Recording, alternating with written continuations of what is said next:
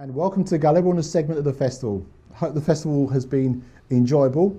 We are blessed today. We have Hussein Hoja, who's helped us out on a lot of the other festivals, and obviously we're both part of the Kaleburnu Association. The idea of this is to talk about the projects that we're doing and the importance of our history, not just of our village, but of all the villages that exist in Cyprus. And first of all, I'm going to hand it over to Hussein Hoja so we can talk a bit about why this association, the Kaleburnu Association, was formed, the importance of it, and then we can then talk a bit about what projects we've got coming up and what's happening within the village. Nice to see you, and nice to be on the festival again, and hopefully everyone's enjoying the festival this year. The village project, was something that inspired me, reason being it's a very historical village, and it's also one of the villages that has most of its population living overseas. Yeah. So, and we're the second largest Turkish Cypriot community in the UK, before, of course, Akıncılar, Luricina, and then the second largest population of Turkish Cypriots living in the UK is from the village of Kaleburnu. Yeah, I mean, what I would be interested in is, so I don't know if it's been 5-6 years, that the association was formed as an online platform being on Facebook. That's right. Now, explain to me a bit about why we as a community did, because I came on slightly later, but I think you was one of the instigators of sorting out the platform that we had on Facebook. The actual group and Facebook page was started by one of my cousins, Idris Hassan, and if he's watching, I want to thank him for all his contributions.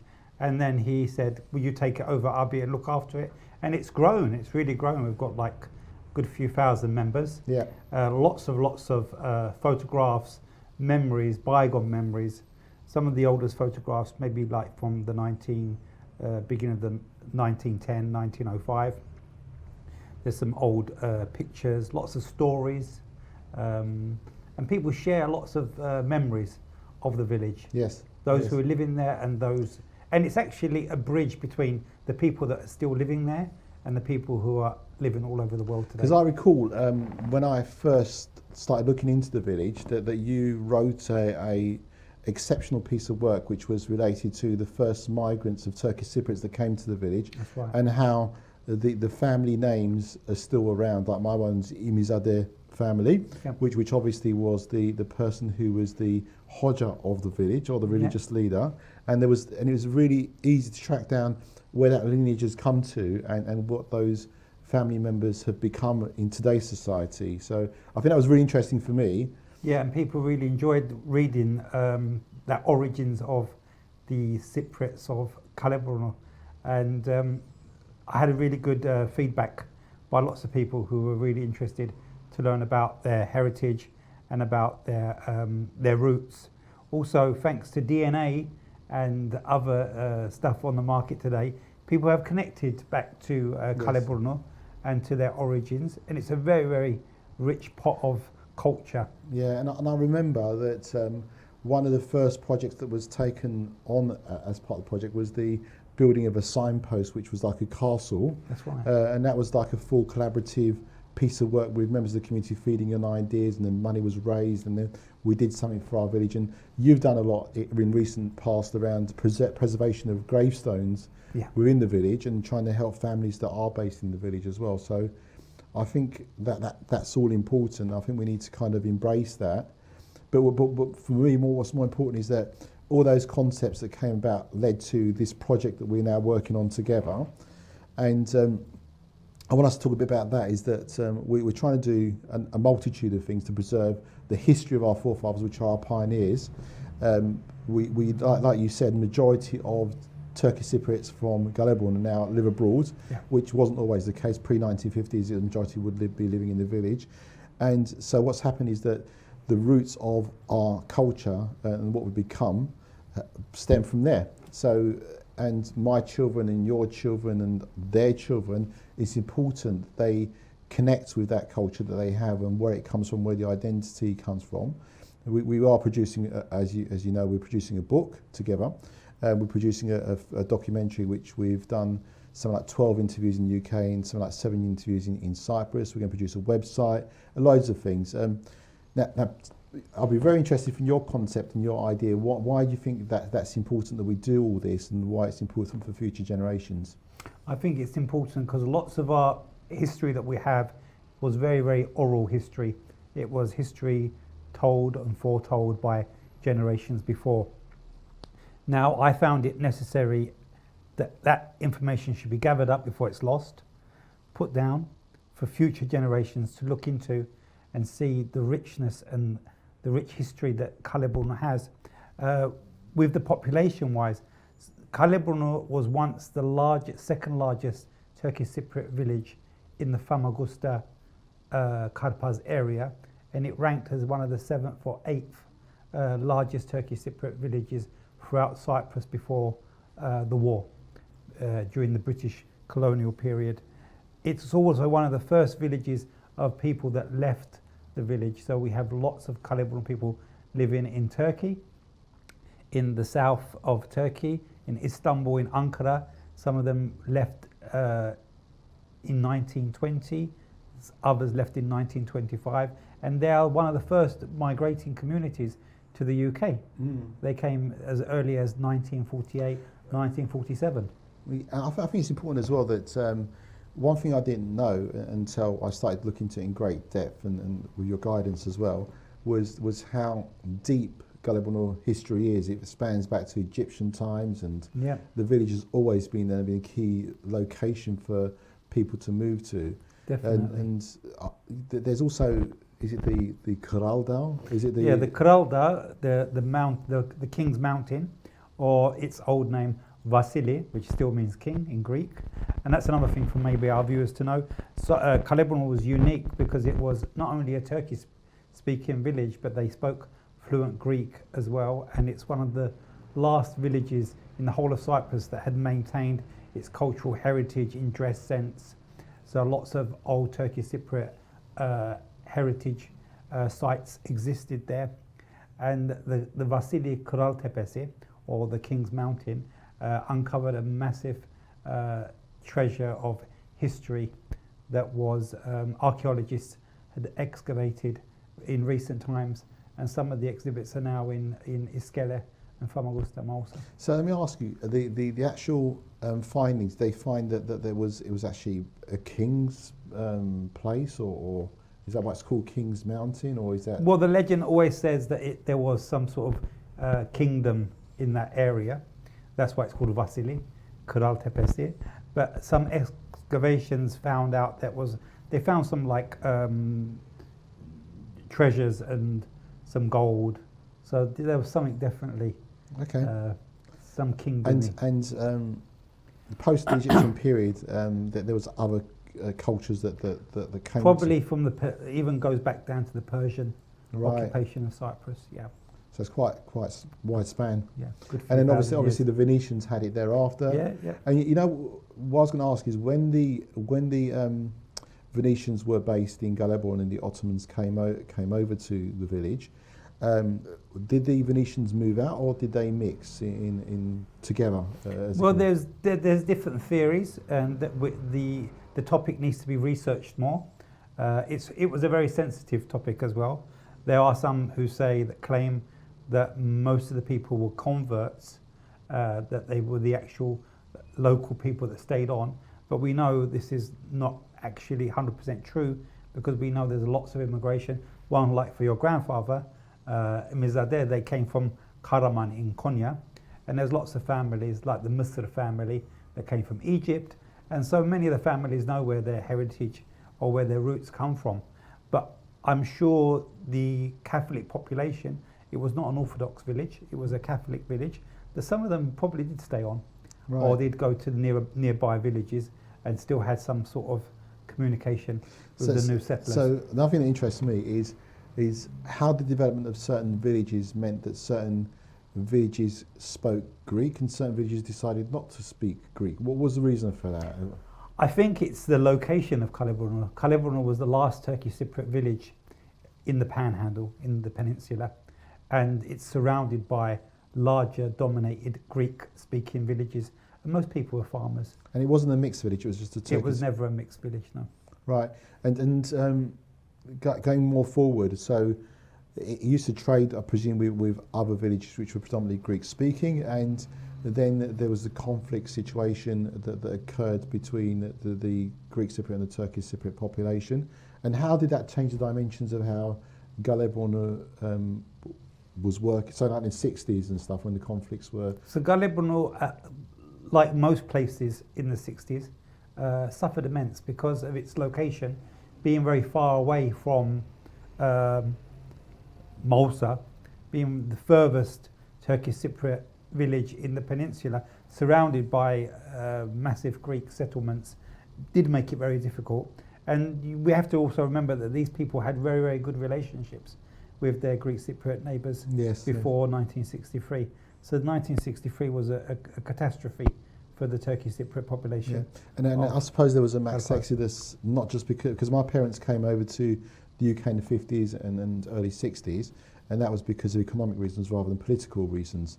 So I suppose that political climate and also the aspect of people wanting to grow economically meant that there was a mass migration. A majority, I suppose, came to the UK, but I'm aware of other Turkish Cypriots from our village that went to Australia, that went to Turkey, America as well. Yeah, Germany. Wow. So learning all the time. Anyway, because people don't, I think, know what our village looks like, or some people may do. How would you describe our village? Is it on flat surface, or is it mountainous, or is it? It's a very hilly. It's situated between two mountains. We could actually say more two large hills. Yeah. But they say mountain in Turkish. Yeah. Da. It's two mountains, and it's very rugged. On one side is the Bambula Büyük Dağ, which is one of the largest mountains of it's the end of the Girne range, the Kyrenia range that comes all the way to the peninsula of Karpas. And on the other side is beautiful views of the blue Mediterranean Sea. Yeah, I think for our viewers, I think it'd be nice to kind of allow us to switch over to some drone footage and maybe some images of the village so people can see what a beautiful village it is.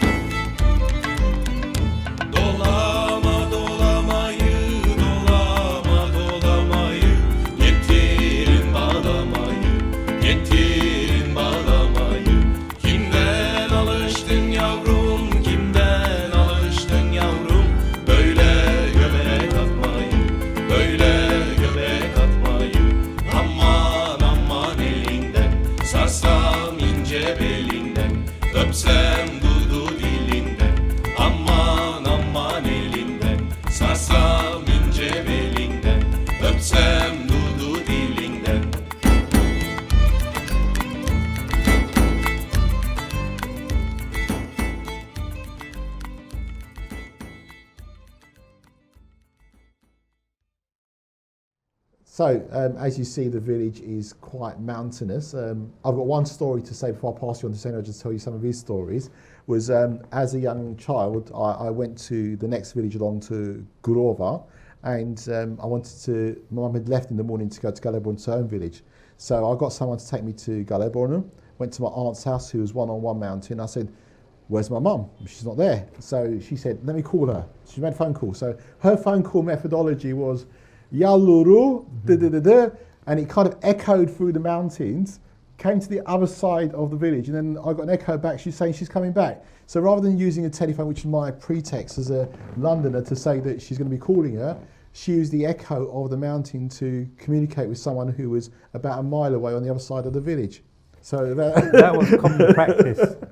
That was common practice before the phone came out, and I think everyone's got a story like that, where people who had family on one side of the village would actually shout out to each other, and there'd be these kind of long conversations to and fro of people talking to each other from one side of the village to the other, and that's a very beautiful image. I think for me, memory to have. I think that part of this project that we're doing is preserving these stories and the history of our village.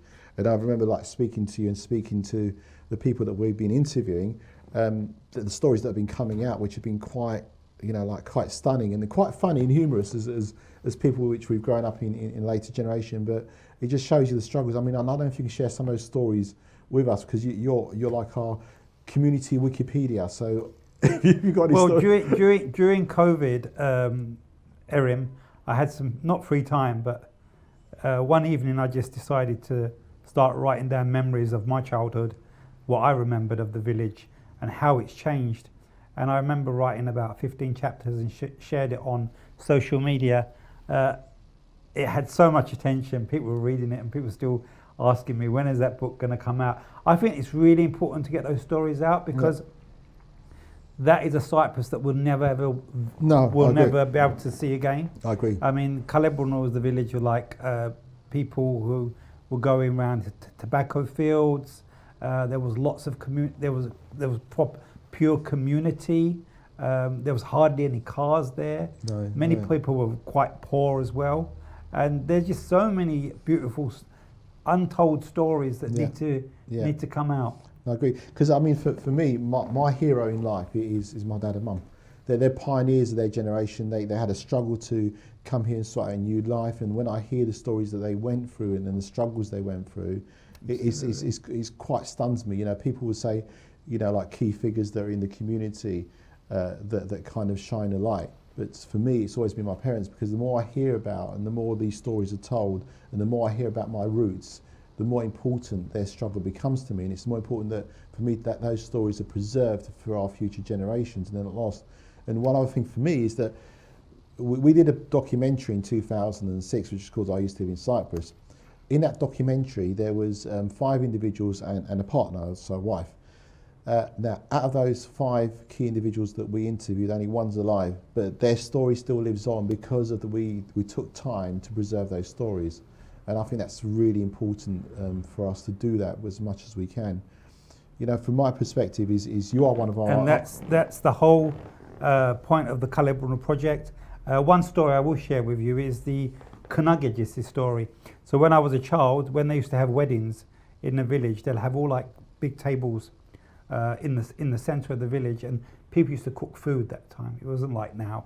So people were served food. And I remember going to the wedding, and the night before the wedding, there was a Kınagecesi.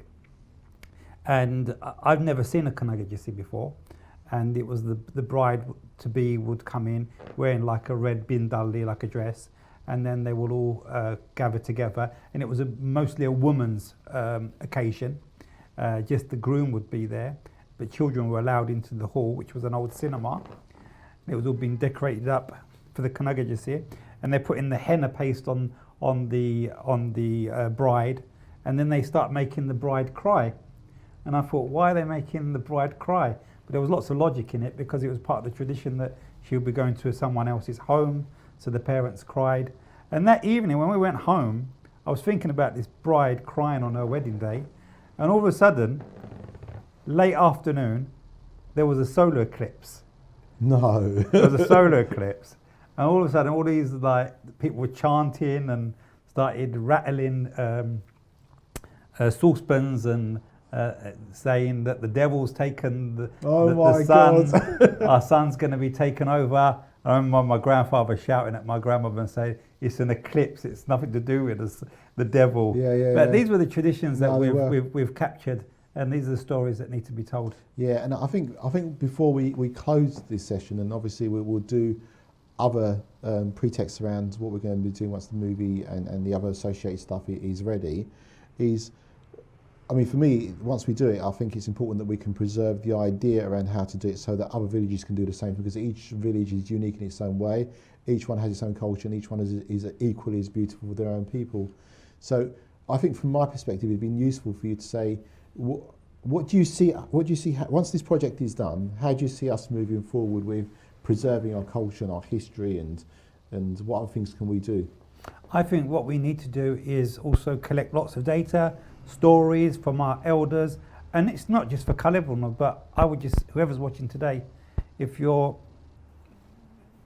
love your hometown, it could be Malta, it can be Lefkoşa, it can be a small village in Cyprus, collect as many stories as you can from your elders and put them down, collect photographs, maybe start a website and have all this material collected on one place so future generations can look back in 50 years' time and see how people lived 100 years ago. Yeah, definitely. So thank you for watching. My advice to anyone who's watching the festival is you must see, if you already haven't, the food challenge. It is a must-see situation or video or viewing. Thank you. Thank you everyone and enjoy the rest of the festival. See you soon.